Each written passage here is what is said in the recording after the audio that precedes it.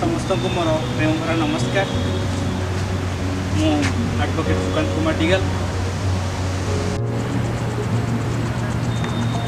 बहुत दिन हम गोटे जिनिस मन भर बहुत आंदोलित कारण ए समाज रे ए पृथ्वी रे दिन को दिन विश्वासर अभाव रही अछि। विश्वासर अभाव हेतु देश देश विरुद्ध जाति जाति विरुद्ध धर्म धर्म विरुद्ध विभिन्न समस्या गुड़ाक देखादेला ताहा विश्व को गोटे अनेक माने मारात्मक एवं नकारात्मक दिग को एवं विनष्ट आड़ को विषय को नहीं जाऊँगी एवं विषय बहुत चिंता लगुच आगामी भविष्य एवं आम समाज भविष्य निमंते चिंता व्यक्त करुच्ची।